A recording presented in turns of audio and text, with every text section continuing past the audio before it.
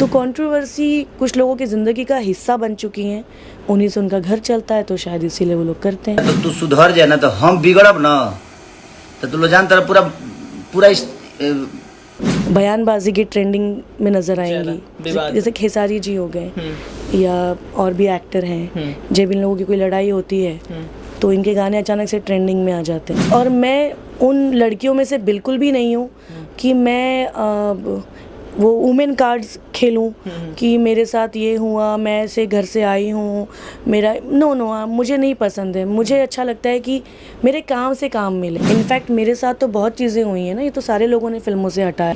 मतलब थोड़ा इंटरेस्ट है राजनीति में? बिल्कुल इंटरेस्ट है, क्योंकि देश की बात है ना, देश की बात है, देश को एक अच्छे नेता की ज़रूरत है, एक अच्छे लीडर की ज़रूरत है। भोजपुरी इंडस्ट्री में कई अभिनेत्रियाँ आई गईं, रानी चटर्जी जी के पास ऐसा कौन सा टॉनिक है जो अभी तक इंडस्ट्री में राज कर रही है? ये तो टॉनिक तो नहीं कहूँगी, जो मैंने फील किया है वही शेयर करूँगी आप लोगों के साथ।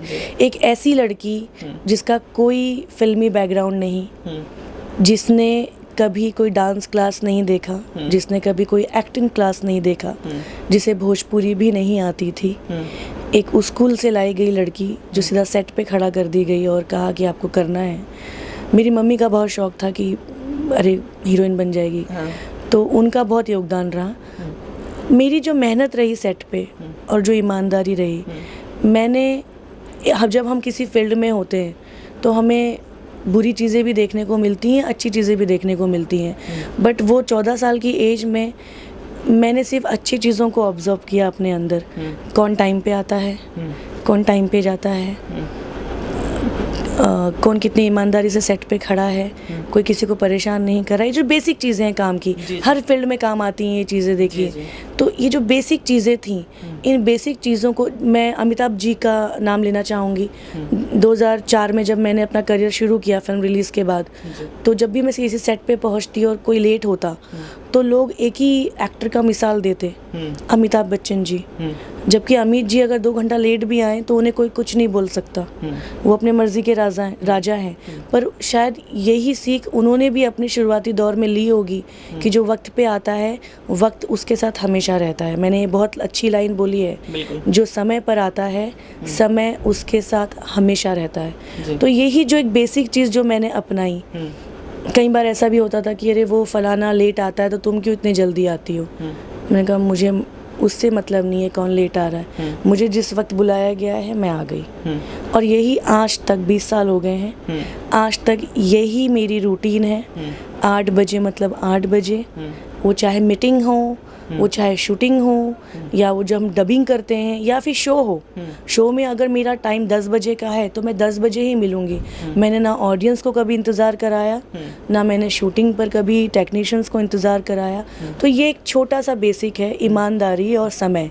समय को आप महत्व दीजिए, समय आपका साथ कभी नहीं छोड़ता। बस यही एक टॉनिक है, कुछ नहीं। बहुत अच्छा टॉनिक है और इसी रूटीन को फॉलो भी करना चाहिए सभी लोगों को। अच्छा, इंडस्ट्री में चर्चा में रहने के लिए क्या कंट्रोवर्सी ज़रूरी है? और जहाँ तक मैंने नोटिस किया है कि आपने इतने फिल्में की हैं, इतने सारे काम किए हैं, लेकिन रानी चटर्जी जी कभी भी कंट्रोवर्सी में नहीं आई और ना ही पब्लिसिटी स्टंट किया। तो क्या ये कंट्रोवर्सी करना सही है? क्योंकि भोजपुरी के कई मुख्य कलाकार हैं जो उनका मानना है कि कंट्रोवर्सी बेहद ज़रूरी है चर्चा में रहने के लिए। देखिए, जब से सोशल मीडिया आया है ना, तब से खांसने की भी बात उनको बहुत इम्पोर्टेंट लगती है कुछ लोगों को, कि मैं खांस रही हूँ या मैं खांस रहा हूँ, ये भी मैं सोशल मीडिया पे शेयर करूँ। तो सोशल मीडिया की वजह से लोगों का मन बहुत बढ़ गया है इन चीज़ों की वजह से। और रही बात कंट्रोवर्सी की, मेरी फिल्मों के ही इतने चर्चे होते थे कि मुझे कभी कंट्रोवर्सी की ज़रूरत ही नहीं पड़ी। बिल्कुल, कंट्रोवर्सी की ज़रूरत उन्हें पड़ती है जिनके पास काम नहीं होता और अपने आप को नंबर गेम में बना के रखने के लिए। आप अगर सर्च करेंगे तो भोजपुरी इंडस्ट्री के काम की चीज़ें ट्रेंडिंग में कम नज़र आएंगी, बयानबाजी की ट्रेंडिंग में नज़र आएंगी, जैसे खेसारी जी हो गए या और भी एक्टर हैं, जब इन लोगों की कोई लड़ाई होती है तो इनके गाने अचानक से ट्रेंडिंग में आ जाते हैं। ठीक है, क्योंकि एवरीबडी नोज़ कि हु इज़ दिस, कौन है ये, सर्च करो। लेकिन जब कोई कंट्रोवर्सी नहीं होती तो ट्रेंडिंग में आना बड़ा मुश्किल हो जाता है। तो बात ये है कि मुझे कभी ज़रूरत नहीं पड़ी, या इनफैक्ट एक आध दो इंसिडेंट हुए हैं मेरे साथ, बट उसको मैंने बड़ा बारीकी से solve एक किया बार है। हुआ और उसके बाद कभी जिक्र नहीं किया। और मैं उन लड़कियों में से बिल्कुल भी नहीं हूँ कि मैं वो वुमेन कार्ड्स खेलूं कि मेरे साथ ये हुआ, मैं ऐसे घर से आई हूँ, मेरा नो मुझे नहीं पसंद है। मुझे अच्छा लगता है कि मेरे काम से काम मिले। जिस दिन लगेगा कि मैं अच्छी परफॉर्मर नहीं हूँ, मैं अच्छा काम नहीं कर रही, इंडस्ट्री अपने आप काम देना बंद कर देगी। But I can't play women card. हम सबका एक बैकग्राउंड है। मैं भी मिडिल क्लास फैमिली से आई हूँ, मैं अपनी पहले ख़ानदान की पहली लड़की हूँ जो फिल्म लाइन में है, तो सबका अपना एक बैकग्राउंड है। लेकिन मैंने कभी वुमेन कार्ड नहीं खेला। इनफैक्ट मेरे साथ तो बहुत चीज़ें हुई हैं ना, ये तो सारे लोगों ने फिल्मों से हटाया है, लेकिन मैंने कभी रोना गाना नहीं किया। आई बिलीव्ड कि जो मेरे पास नहीं आई चीज़ वो मेरे लिए थी नहीं। बट अभी इसी चीज़ का मुद्दा बनाया जाता है। और देखिए आज का ज़माना जो है, ऐसे बिग बॉस जैसे टाइप का ज़माना है। एक वड़ा पाव गर्ल कंट्रोवर्सी करके बिग बॉस जैसे स्टेज पे जा सकती है, तो इससे लोग ऐसे ही इन्फ्लुएंस होते हैं ना कि अच्छा काम करने से बेटर है आप ये करो, और तुरंत आपको एक मंच मिल जाता है। पहले के बिग बॉस में उनको मंच मिलता था जिन्होंने अपने चप्पल घिसी है इंडस्ट्री में। तो आप देख रहे हैं फ़र्क कितना आ गया है। तो कंट्रोवर्सी कुछ लोगों की ज़िंदगी का हिस्सा बन चुकी हैं, उन्हीं से उनका घर चलता है, तो शायद इसीलिए वो लोग करते हैं। अच्छा, इतना बड़ा नाम, सक्सेसफुल करियर, रानी चटर्जी को कभी पॉलिटिक्स में आने का शौक हुआ है कि नहीं? देखिए मैं वेरी ऑनेस्ट, मुझे हमेशा से ऑफ़र आया है।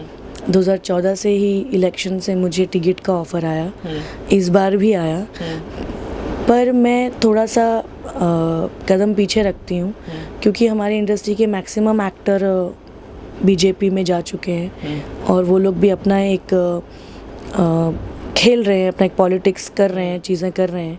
तो मैं सिर्फ उनको वॉच करती हूँ कि शायद ये टाइम मेरा अभी नहीं है। मुझे खुद फील होता है कि बहुत जल्दी हो जाएगा जाना मेरा, बट हाँ मुझे जब लगेगा कि अब मुझे उतरना चाहिए इस फील्ड में, तो डेफिनेटली मैं पीछे नहीं हटूंगी। मतलब थोड़ा इंटरेस्ट है राजनीति में? बिल्कुल इंटरेस्ट है, क्योंकि देश की बात है ना, देश की बात है। देश को एक अच्छे नेता की ज़रूरत है, एक अच्छे लीडर की ज़रूरत है, तो ये तो बहुत ज़रूरी है। और कभी ऐसा हुआ तो डेफिनेटली मैं बिल्कुल उतरूंगी, लेकिन अभी टाइम है, अभी नहीं।